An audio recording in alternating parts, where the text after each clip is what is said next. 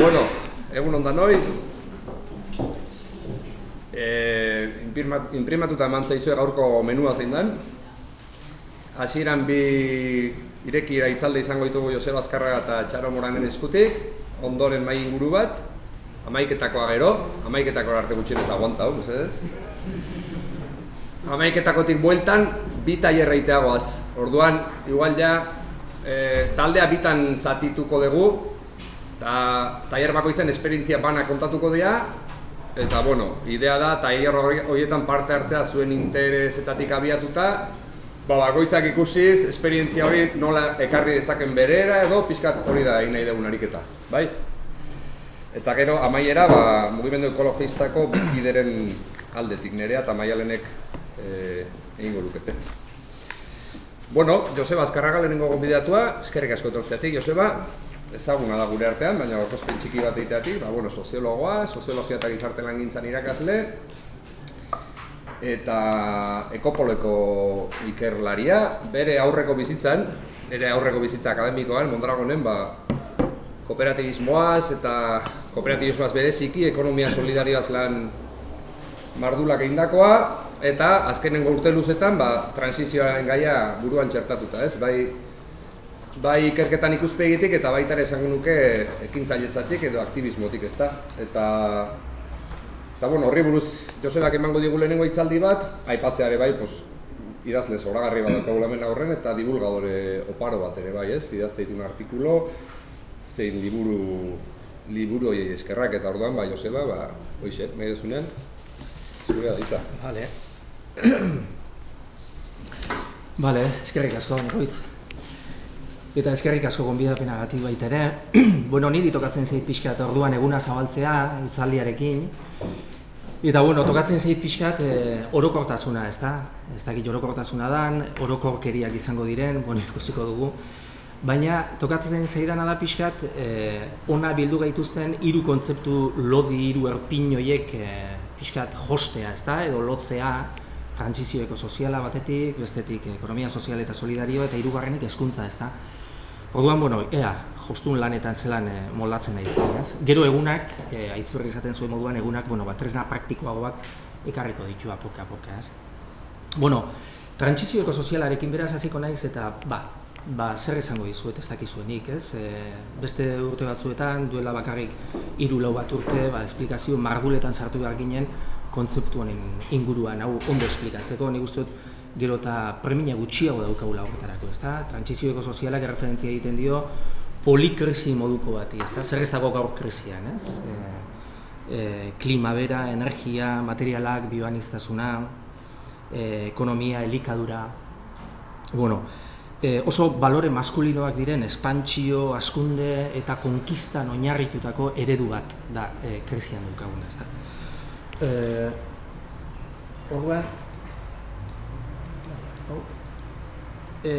Orduan, hala ere, trantsizio ekosozialari eta krisi ekosozialari buruz bi ñabardura egitea gustatuko litzaidak, ez? Alde batetik, argi dago meteorituak kasu honetan gu garela, 4 urte daramatzagu gainezkatze ekologikoko egoeran, hau da, 4 hamarkada daramatzagu gure posibilitate ekologikoen gainetik bizitzen, ezta? Baina, importantea iruditzen zait datu bat, eta da, hontan gabiltzanok, hontan aritu eta aditu garenok populazioaren 25% bakarrik gara munduan, ez?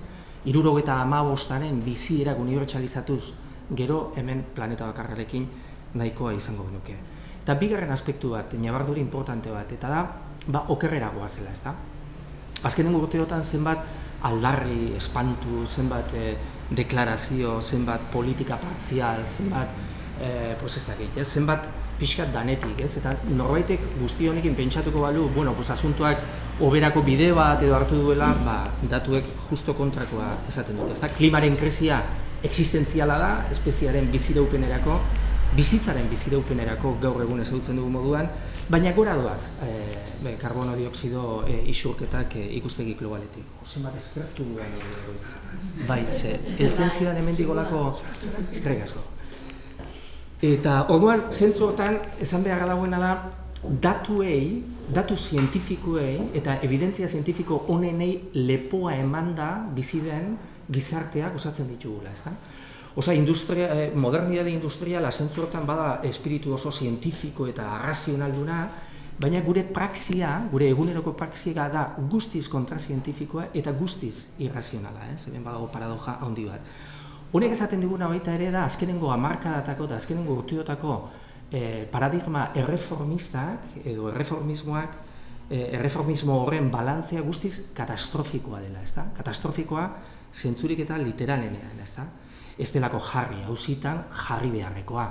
Askundearen mantra alde batetik, hau ez dela aterabide teknologikoa eskatzen duen problematika bat, nahiz da teknologiak importanteak izango diren, hau ez da hauzi teknologiko bat, baizik da hauzi oso politiko bat, eta gaina kontua ez da hemen erdi klasea ekokontsumo kul bateruntz bideratzea egiten ari garen moduan, ez da? Bueno, orduan, ikuspegi honetatik hasi genuen mendea baga biga igarekin, ez da? Baga izan zen, lehenengo hamarkadan krisi ekonomiko-finanziero erraldoi hori, biga etorri zen, bigarren hamarkadan krisi pandemikoa, eta iga, pixkat hirugarren hamarkadan, hasi berritan energiarena, Ukrainiaren inbazioa, eta hori guztia, ez da.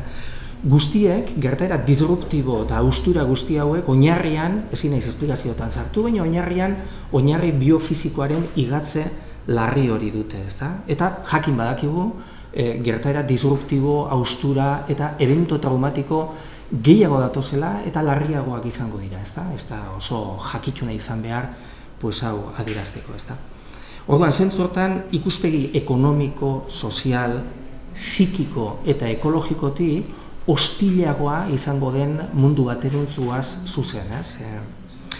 Eta desaskundea, hemen, zentro-zentroan, erdigunean, ez da? Uste dut, desaskundeaz pentsatu beharko genukela ez horren beste ikuspegi desideratibo batetik, hau da, neskamotilok izan gaitezen pixkat txintxoagoak, planeta deusestatzen ari gara, automugatu beharko gineke, nahikotasunaren kultura bat garatu beharko genuke. Uste dut asko produktiboagoa dela desaskundearen adiera ez desideratiboa, baizik eta preskriptiboa, ez? Hau da, desaskundea alabehar historiko bezala planteatzea. Etorri badator, bai? Eta inpepinablea izango da, ez dago aukera gai, eta zentzu hortan gutxiagora joango dira gizakiontzat oso funtsezkoak diren zerak, ez da? Osagaiak, ez da? Ura, lurra, klima orekatua, elikagai usta egonkorrak, energia, materialak. Orduan, zentzu hortan, nik uste dut irudi hola txotxolo batzuz lagunduko dut hitzaldi hau pixkat bizualki ere zerbait eskaintzearen. Nik uste dut etorkizunak zer dakarren kaptatzeko zerra hortzaren irudi hau dela ona, ez da? Hau da, kolpe berriak etorriko zaizkigu, haustura eta gertakari disruptibo berriak etorriko zaizkigu, ez dago dudarik hortan, ekonomia dela, klima dela, energia dela, bioaniztasuna dela, bai? Eta orduan, zentzu hortan, kolpe bakotxak desegingo luke edo igatuko luke gizarte honen funtzio edo atal importante bat, ondoren kolpearen ostean posible da susperraldi moduko bat, bai? Baina edozein kasutan, kolpez kolpe beherantz. Behar bada arnazaldiekin, baina beherako bide oroko luze baten sartuko gineke ikuspegi historikotik, ez? Hau da, beheraldia, ez da? Beheraldia oso kontzeptu klabea da, ez da?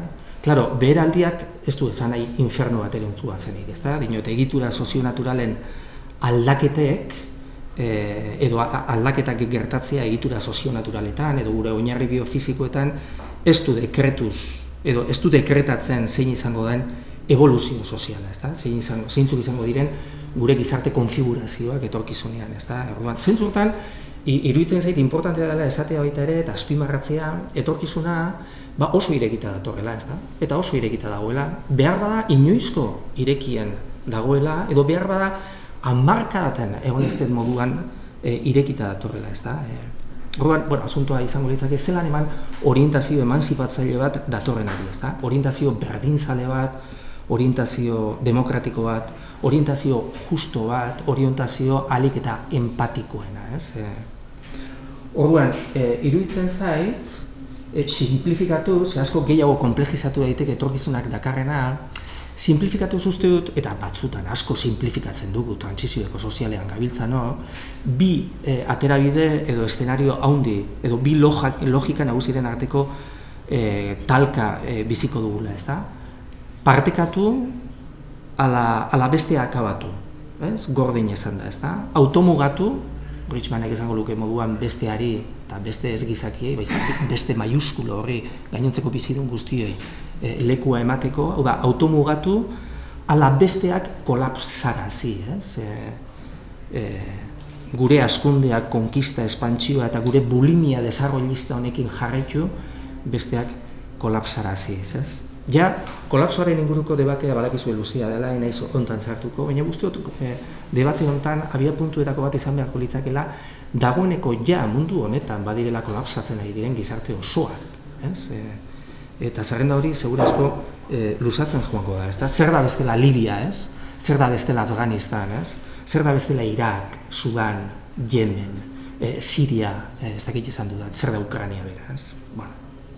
Orduan, hasieran eta polikrisi honen aurrean egon zen aterabide emanzipatzaile baten taupada nabarmen bat, ezta? Espainian 15. mugimendu izan zen, gero Podemos bihurtu zana, feminist batasun zentzu inkluyente edo barneratzaile bat garatzen, ezta? Trantsizio ekosozialari dagokionez apunte gutxi horiek, ez? Ekonomia sozial solidarioa, ekonomia soziala. Egingo diodan aproksimazioa edo hurbilpena behar bat ez da ohikoena, ez da? Gustatuko litzaidake hastea esanez ekonomia solidarioaren edo ekonomia sozialaren definizio baten bila joan da, kapitalismoaren sorreran oso importantea izan zen prozesu baite aipapena eginez, ez? 13. mendea, Inglaterra eta enclosure edo deituriko itxitura edo zerkamiento prozesu historiko hori dagoeneko ezagun izango duzuen, ez da? Gutxi gorabehera izan zen prozesu bat zeinen bidez herri eremuak eta lur komunalak, belardiak, larreak, basoak, mendiak baratu egin ziren, zatikatu egin ziren, ez?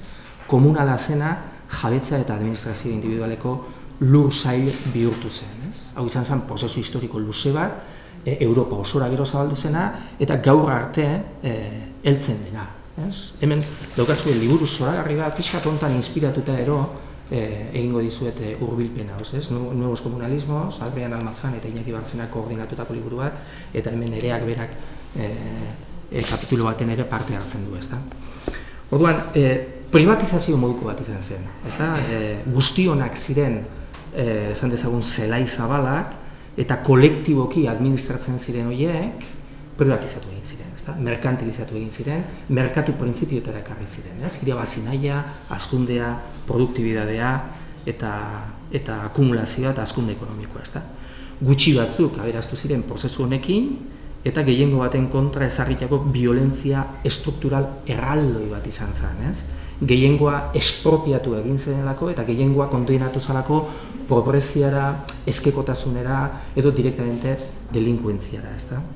Orduan, E.P. Thompson historialari britainiarrak hain mereztu dan historialariak izan zuen, hau klase lapurreta bat izan zela, ezta? Eta termino horietan asko eta asko lur barik eta komunal barik geratu zelako eta migrazio masiboak gertatu behar izan ziren, industrialikatzeko, eta historia luzea da. Nortzuk egin zuten? Emergentea zen burgesia eta bere beso armatua edo bere plataforma juridiko-politikoa, estatuak. Estatua bere legediarekin eta bere politikekin izan ziren bi aktore hauek hau provokatu zutenak, ez? Orduan, natura zen ustiatu beharreko zerbait, eta bertako lurrak, bertako mendiak, bertako basoak, bertako belardiak ustiatuta geratu zirenean, eta horre guzti horrek dagoeneko etekinaren logika hontan gehiagorako ematen ez zutenean, orduan kapitalismoa pasatuko da bigarren fase, ez dakit bigarren ezan, edo erraldoi hortara, eta da fase kolonialista eta imperialista hori, ez da? Expropiatu ditzagun, hor zean dauden lurraldeak, ez? Orduan, honekin esan nahi dut, mundu ikuskera modernoan eta mundu modernoaren konfigurazioan, eta liburuak oso ondo esplikatzen du hau, badaude bi dikotomia handi, ezta? Dikotomietako bat da metropolia sujeto arrazional eta eskubideduna da, eta besteak objektu dira, koloniak objektu dira, barbaroak dira, eta nahierara ustiatu daitezkenak, ez? Hau da lehenengo dikotomia bat, ez? Eta bigarren dikotomia, eta hontan gehiago zentratuko naiz, mundu modernoaren konfigurazioan oinarrizkoa dena, eta publiko-pribatu dinamika bipolarra, ez? Orduan, estatua eta merkatua dira elkarbizitza administratzeko mekanismo bakarrak, ez? Erabaki politikoetan, baita ere erabaki edo ekonomiaren alorrean, ez? Ondasun eta zerbitzuak produzitzeko eta banatzeko zeregin horretan, ezta? Ondasunak beraz, edo publikoak edo pribatuak dira, ez? Edo estatuaren esku daude, edo merkatuan kokatzen diren aktore ekonomikoen esku daude, ezta? Kosmobizio honek, astiro, bi lorpen izan ditu, ezta? Alde batetik, ondoratu egin du hirugarren eremu oso hori, bai, gizarte antolatuarena izan daitekena, komunitatearena, apurka, ez? Ekintza komunitarioa eta ekintza horri loturiko esperientziak, ezagutzak, jarrerak, erritualak, zenetek lankidetzaren erritualez hitz egiten zuen, ez? Horiek nahiko ondoratuta geratu zaizkigu, eta gaur egun oso zaila egiten zaigu imaginatzea ere, ondasun eta zerbitzuak antolatu daitezkeenik bi zirkuito, merkatua eta estatuak ezagiteko zirkuituetatik pixkat aparte, ez da. Eta beste lorpen bat izan du dinamika bipolar horrek, ez? Eta da, logika bipolar honek eskutatu egin du oso importantea da. Eskutatu egin du, estatuaren eta merkatuaren arteko bereizketa ez dela ezain irmoa, ezain erabatekoa izan historian zehar, ez gaur egun, bai? Ze lehen esaten duen moduan, estatua izan da merkatu eragileek behar izan duten beso armatua, literalki armatua, eta plataforma juridiko politikoa, komunitatearen eremua txikitzeko, txikiagotzeko eta txikitzeko baita ere, terminologietan, ezta? Eta bestetik argi dagoena da, eliteek batetik bestera, ez? Merkatutik estatura eta estatutik merkatura, historikoki nola pasatu izan diren eliteak, eta nola jarritzen duen horrela izaten. Bueno, gero neoliberalismoa etorriko da, eta neoliberalismoarekin pixkat nabarmendu edo sakondu egingo dira bi aspektu hauek, ez? Individualismo hain sutsuak, sesgo narzisista nabarmenekin bizitza komunitarioa are jotago utziko du, eta estatua bera, incluso printzipio neoliberalekin administratzera pasako da, ezta? Orduan, esan nahi dut guzti honekin, kapitalismoa ez da bakarrik planeta hondatzeko arma kolosal bat, bada baita ere, eta izan da, eta izaten ari da, komunitatea bera birrintzeko arma kolosal bat, bai? Eta zentzuotan, azkenengo hamarkadatako irakurketa soziologiko guztiak hori azpimarratzera datoz, ez? Baumanen esate baterako likidotasuna, ez da? Solidotik likiderako trantsizio historiko hori nola egin dugun. Zer da likidotasuna? Komunitateen likidatzea, ez da? Edo gero etorri zan, ez gero, lehenago esango nuke etorri zala Putman, ez? Bere Bowling Alone, lan klasikoarekin, ez da, kapital sozialaren teoriko hau, esan ez, badakizue, bolatokiak estatu batuetako gizartean izan direla, erritual komunitario oso importante bat, ez da, lagun artean bolatokira joan, hau oso ondo ikusten da, pelikuletan orokorrean, oso ondo ikusten da Simpson marrazkietan baita ere, ez? Bolatokiak zer izan diren, nola konfiguratu duten, nola vertebratu dituzten komunitateak gan, ez da? Eta Bowling Alone, hau da, estatu batu arrau, bolatokira doanean, bera bakarrik jolastera, ez da? Oso, irudi ikoniko bat, nola bai. Eta gero etorriko da, filosofo, gertuago daukagun, koreano-germanikoa, Han, esanez baita ere oso idea ebankorra emanez, ez, eta gure transito historikoa izan dela, komunikaziorik gabeko komunitateetatik datozela, oda, komunitate solidoak, oso kohesionatuak, zintzuk ez zuten hitzaren beharrik, horregatik komunikaziorik gabeko komunitateetatik gatoz, eta gaur egun gaude komunitaterik gabeko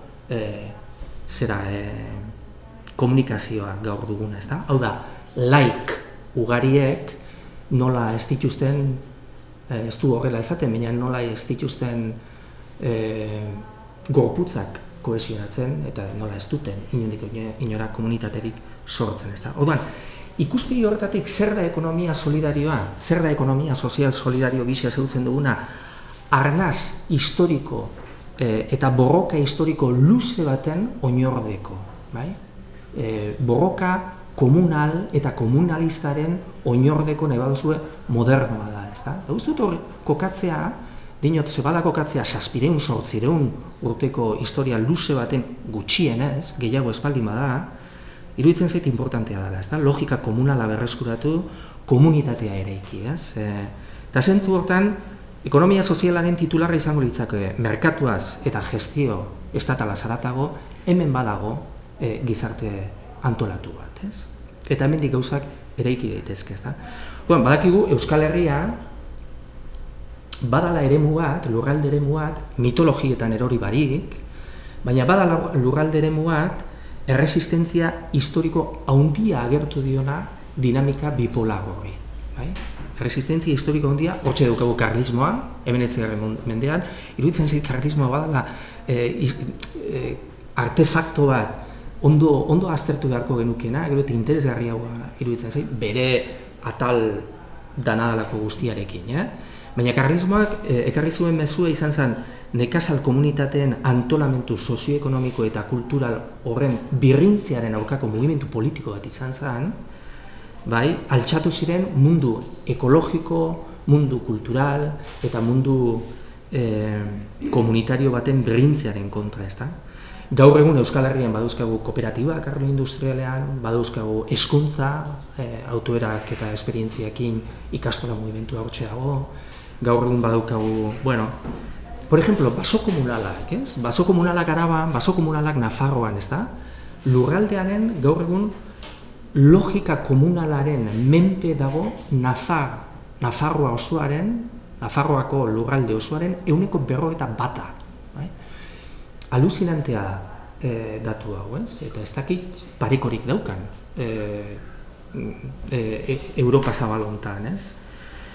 Eta hala ere, bueno, por cierto, 150% hain zuzen ere lotuta dagoelako logika komunalari, bioaniztasun erraldoiko lurraldea da Nafarroa, pinuz potrotarainoa bestiak esaten zuen moduan merkantilizazio prozesu horretatik libratu egin zen, basogintza, zorionez, eta etorkizunari begira, basogintza jasangarria izango da ikeragarri bektore importantea, trantsizioko sozialerako, eta era horretako lurralde bat asko hobeto prestatuago dago, Bizkaia eta Araban daukagun, hau baino, ez? Baina Euskal Herriak baduka baita ere, iruditzen zait paradoxa bat, ez? Eta paradoxa da, praxi indartsua daukagula, nahiz azkenengo hamarkadatan beheraldian egon daitekeen, badago hala ere oraindik euskal habitusak badaukalako jarrera engaiatu bat esango nuke oraindik orain, halako arima herrigile batekin uste du jarritzen dugula mitologietan erori barik, barriro dinot, baina badago ahulezia ideologiko importante bat aldi berean, eta hau da paradoja, ezta? Praxi indartsua eta ahulezia ideologikoa, uste dut oso nabarmena izan dela hezkuntzari buruz urtebeteko debatea daramagun hontan, ezta? Zu kulturala autoeraketari dagokionez, iruditzen zait baju dugula, edo oso baju dugula, Orduan, kuriosoa da, ze komunalari buruz eta komunalismoari buruz hitz egiten ari dira han hemen Europa guztian oso modan jarri da azkenengo hamarkadatan gizarte zientzietan baita ere, Onstromek Nobel saria, Eleonor Onstromek Nobel saria eskuratu zuenetik ona gutxienez. Erronkarik handienetako bat bada lokaletik nola eskalatu esperientzia hauek, ez? Ze, klaro, era honetako esperientziak oso errezak dira tokiko mailan eta elkarrekikotasuna eta konfiantza gertatzen den tokiko maila hortan, auzoan udalerrian, baina zelan eskalatu izango litzake, eta hemen badauzkagu eskalatu duten hainbat esperientzia, berriro, kooperatiba, arrasateko kooperatibismoa bera argilun guztiekin, interkooperazio esperientzia erraldoi bada, eskalatua, naiz hartuko nazioarteratze prozesuarekin, hori ja formato guztiz kapitalista baten eginiko prozesu historikoa izan da, edo ikastola geurak baita ere kooperatiba Europar modura eta nazional mailan artikulatutako esperientzia bezala, ez da. Esan nahi dut, badaukagu zer eskaini, ez da? Badauzkagu lezio historiko batzuk eta esperientzia batzuk oso paradogikoa da guk hain subkultural hori hain baju izatea, ez da. Gaur ere, itxiturak eta merkantilizazio prozesuak ikusten ari gara mundu honetan, ez? Eta, esate baterako, norena da ura, ez? Norena dira hasiak, ez? Edo lurrek, norena da lurra, lurren akaparamentu prozesu erraldoiak ikusten ari garelako baita ere mundua. Norena da itsasondoa, bai? Ze itsasondoa bizitzen ari da momentu honetan, egundoko proiektu estraktibista, mineralak erauzteko bertatik, egundoko proiektu estraktibisten mehatxua, ez da? Norena da adimen artifiziala, ez? Edo norena da inkluso eguzki erradiazioa, ez da? Ze hemen, horiek dira gaur egun maigainean dauzkagun batailak, eta horiek dira gaur egun maigainean dauzkagun enclosure edo itxitura, merkantilizazio eta privatizazio proiektu berriak, ez? Horietan guztietan ikusten da ondasun komunen itxitura prozesu, merkantilizazio prozesu, estatuen, legediak berriro ere lagunduta, ez da? Eta horien aurrean badaude kontramovimentuak, esan ez, hasiak, ura, itsasondoa eta gainontzeko guztiak giza bizitzaren biziraupenerako, edo hobeto esan da, bizitzaren iraupenerako hain dira funtsezkoak ze, hau ezin da, inoren esku pribatuetan utzi, ez? Hau da, gizadia osoaren patrimonioa, ez da? Eta orduan zentzu hortan, itxitura berrien aurrean, ekonomia sozial solidarioa bada artefakto bat, konstelazio organizatibo askorekin osatua, erantzuten ari dena pixkat itxitura berri hauen aurrean erantzun partzialak ematen ari dena, ez da? Kooperatiba energetikoak, komunitate energetikoak, kontsumo taldeak, hortu komunitarioak. Batzuk ikusiko dute hau, dinamika bipolar edo horren osagarri bezala, ez da? Hau da, hor dago estatua, hor dago merkatua, indartu ezagun pixka bat komunitatearen esparru hau. Beste batzuk, komunitatearen esparru hau ikusiko dute zerbait gehiago bezala, ez da? Hemen badago proiektu politiko bat honi lotuta, ez da? Askok, arlo asko komunalizatu lituzkete, ez?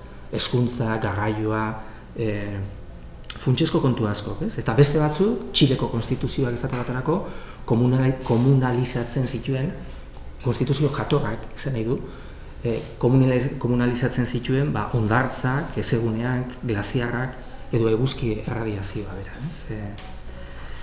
Batzuk, esango dute, estatua abolitu beharko genuke, libertarioenak eta anarkistenak nahi baduzu, eta gutako batzuk esaten duguna da, egin pixkat estatuaren transformazio bat hemendik sustatu daiteke pixkat logika komunistaren aritik, ez? Edozein kasutan, argi dagoena da, trantsizio ekosozialari begira, komunitate oso biziak beharko ditugula, etorri badatozkigun haustura gertakari traumatiko edo disruptibo berriei aurre egiteko. Nik uste dut jarrera individualistak, behar bada baikorregia nahiz honetan, esango didazu, baina uste dut jarrera individualistak oso disfuntzional bihurtzeko bidean daudela, eta Baumanek esan baldin bazigun solidotik likidorako trantsizioa izan dela gurea, ni sinetxita nago, eta behar bada oso oker nago, baina sinetxita nago hemendik aurrera daukagun bidaia historikoa dela likidotik solidora. Galdera izango litzake, zelan sortu solidotasun demokratiko, justo eta inkluyenteak, ez da? Orduan, zentzu hortan iruditzen zait behar dugula ofentsiba edo ambizio espantsiboagoa beste eremu batzu konkistatzeko logika autoeratzaile batetik, ez? Osasuna, hezkuntzari indartu, energia, garraioa, zaintza, jauzi kualitatibo eta kuantitatiboak beharko ditugula, ez da? Pixkat logika herritar publiko eta publiko komunitario hori indartzeko, ez da? Uste dut hortarako bi oztopo eragozpen nagusi ditugula. Bata kulturala da. Hau da, oraindik orain gizarte hau hiperindividualista da. Eta zentzu hortan gure autonomia individualaren eta gure askatasun pertsonalen estandarrak oso altu ditugu. Bai? Eta bigarren oztopoa, eragozpena uste dut material eta instituzionala dela, ezberdintasunak. Bai? Ze neoliberalismoak ekarri duguna, ez da bakarrik kultura individualista bat, bada errealidade material oso desparekoa, ezberdintasunak gora egin dute nabarmen, global mailan zein nazional mailan baita ere. Eta zentzu hortan, ezberdintasunak oso txartu eskontzen dira lankidetza dinamikekin, ez? Dudarik ez da hortan. Orduan, hau guztia esan da, pasako naiz azkenengo zerera, eta da hezkuntza, ez da? Hezkuntzak iruditzen zait jartzen gaituela auzi funtsezkoarekin aurrez aurre, ez? Kontua ez da inbeste zen mundu utziko diegun gure seme-alabei, baizik eta ze seme-alaba utziko diegun gure munduari, ez da? Ustut kontu hau dela, ez da? Eta hezkuntzari zuzen referentzia egiten diola, ez da? Azkenean, hezkuntza da subjektuaren eraikuntza, ez da? Hortaz ari gara, ez da?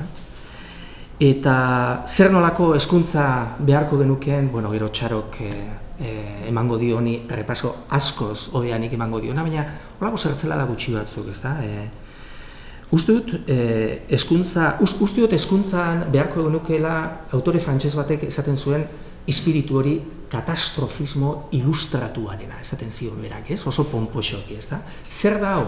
Ba, hau da oso gauza xamurra, eta da, mentalki, kognitiboki gaitasunak garatu, eszenario oso katastrofikoetara joateko, bai? Gerta daitezkeen eszenarioetara joateko, ez bertan geratzeko paralizauta, baizik eta bueltatu, eta oso ondo jakiteko zein den egin behar ez den bidea.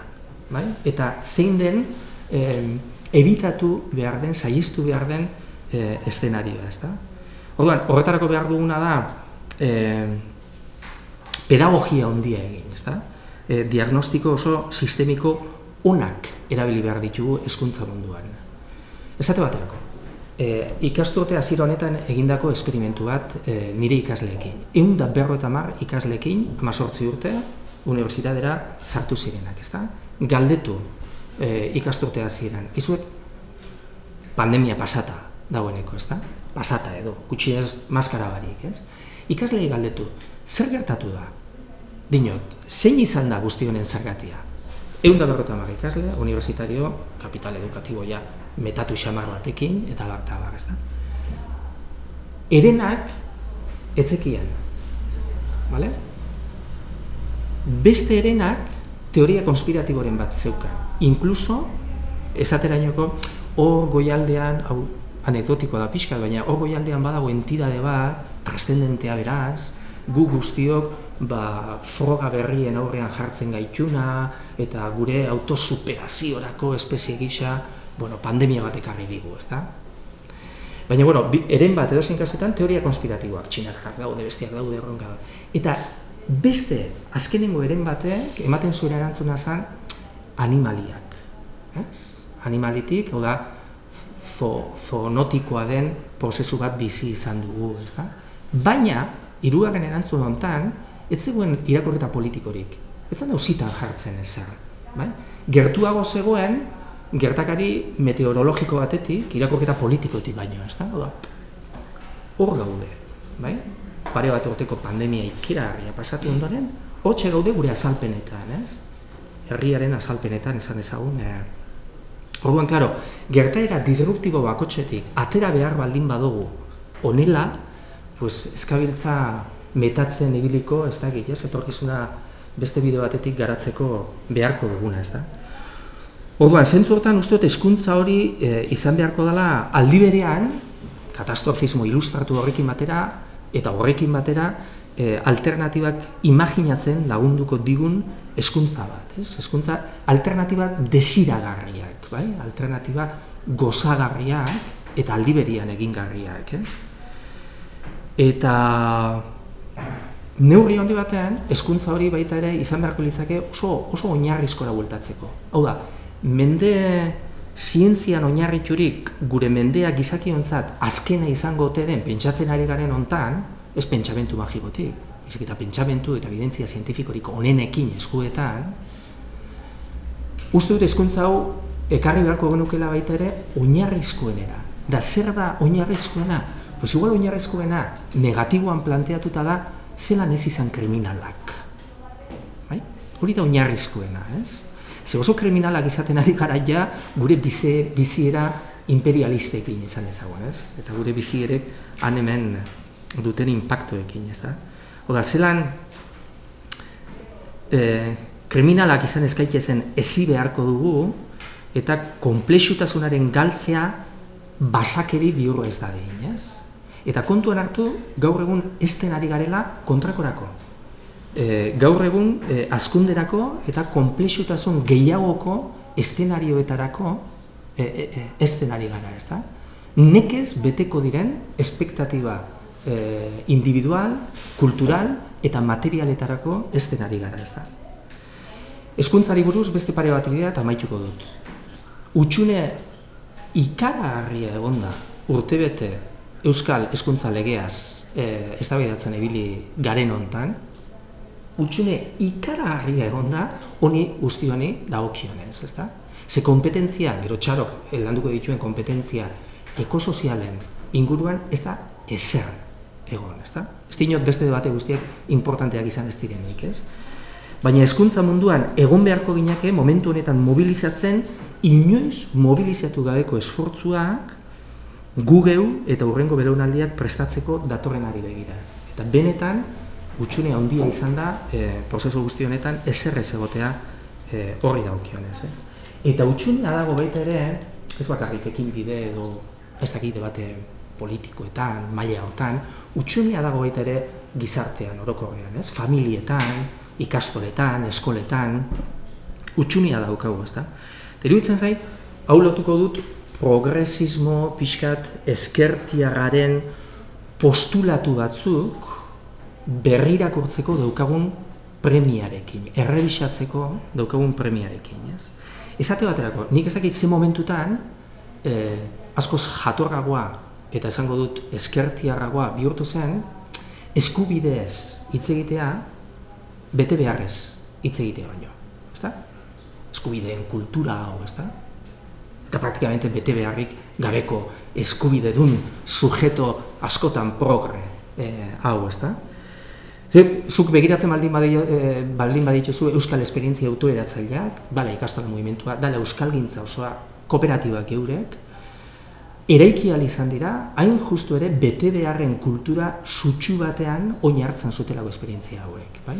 Eskubide lenguaje bat baita ere, baina ez dira hor oinarritu, inundik inora, ez? Auzolana ez da hor oinarritzen. Orduan, zentzu hortan, iruditzen zait ezer gutxi loratuko dela etorkizunean eskubideen narratibatik, ez? Bigarren aspektu bat, progresismo pixkat ezkertiarrak errebisatu beharko lukeena, ez? Eta da, ebaten du 78ko maiatzean aizatu zen lelo hori debekatuta, bai?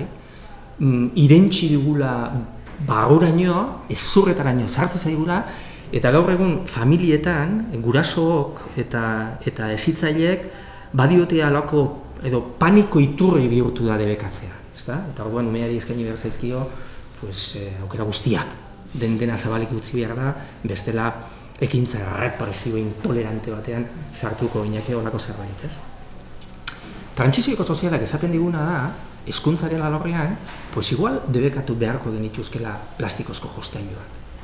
Edo inkluso jostailu moskorraldi hori, umeekin praktikatzen dugun violentzia materialista hori bera debekatzeraino heldu beharko ginakela, ezta? Edo debekatu beharko liatekela hasi gara ja pixkat hortan, baina aspaldi pentsamendu eta mugimendu ekologistak esaten duen hori, ezta? Hegaldiak, gutxienez hegaldi laburrak, ez? Edo low cost hegaldiak, edo autoaren erabilera individual sistematikoa, ezta?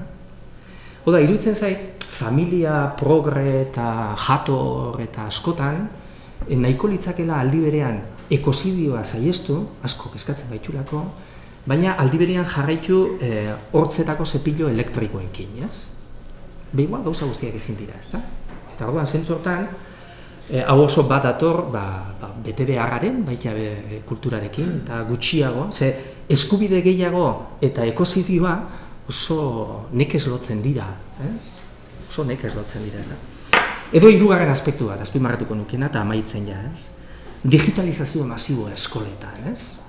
Zuk gaur egun hitz egiten duzu familiekin, bueno, gure ikastolan, egia esan, familietan badagolako espiritu honekiko, espiritu distante eta kritiko bat, niri zorionez badukagu, baina titular orokorra ez da hori, titular orokorra da zenbat eta gehiago orduan eta hobeto, zenbat eta digital gehiago orduan eta hobeto, ez? Ikuspegi ekologikotik eta trantsizio ekosozialari begira barbaridade bada, bai? Ze ekologiko eta digital oximoron bat da, bere horretan, ez? Digital munduak dakizuenez, dakarren baliabide kontsumo erraldoiagatik eta baita ere, outputak beste horren beste erraldoiak dira, ez da? Ez inputak bakarrik, ez? Baina hori albo bat ere utzita, inkluso ikuspegi pedagogiko batetik ikusita digitalak ez dut zertan hori izan, ez? Eta duela 3 aste enteratu ginen, kontxo, Suedia buelteu dala liburura, ez da? Orduan batzutan badagolako, ez? Progresismoa, ez gure seme-alabak eraman ditzagun digital eruntz, bestela. Eta bueno, eta kontrara, ez? Batek batzarrean esaten baldin badu, haizu, digital hau igual kontu pixka batekin ez genuke hartu beharko? Edo asko zedarritu, edo modu adimentsu baten zedarritu, atoan begiradak dira, no? Te da hippie, ez? Aitzuloetara bueltatu nahi gintuzken hau, ez da?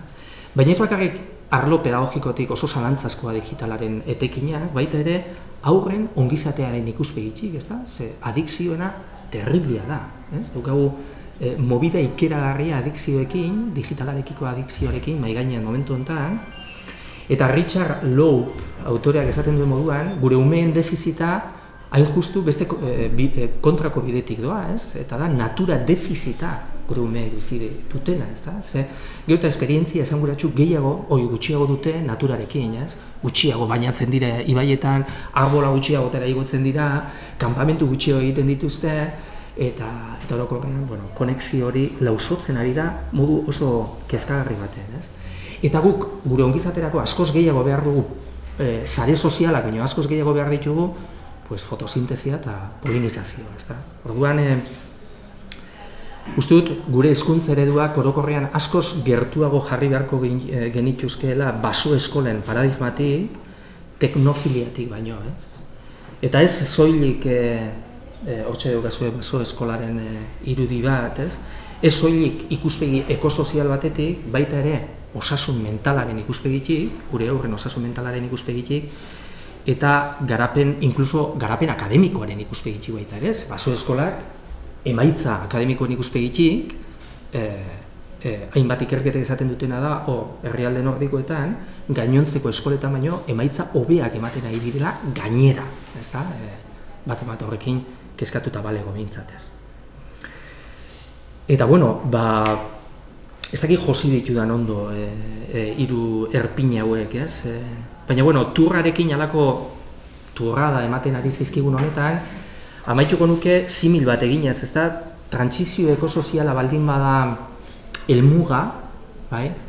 Uste dut ekonomia solidarioa, ekonomia soziala izango litzakela, bueno, bizikletak, ez? Ekonomia solidarioa bere espresio ezberdinetan gaur egun, eta hezkuntza behar bada izango litzakela, bueno, pelotoia konbentzitu behar duena, pues joko arauak dagoeneko beste batzuk direla, ez da? Ja kontua ez dela nork individualki eskuratu maillot horia, momentu honetan badala maillot hori hortan, ez?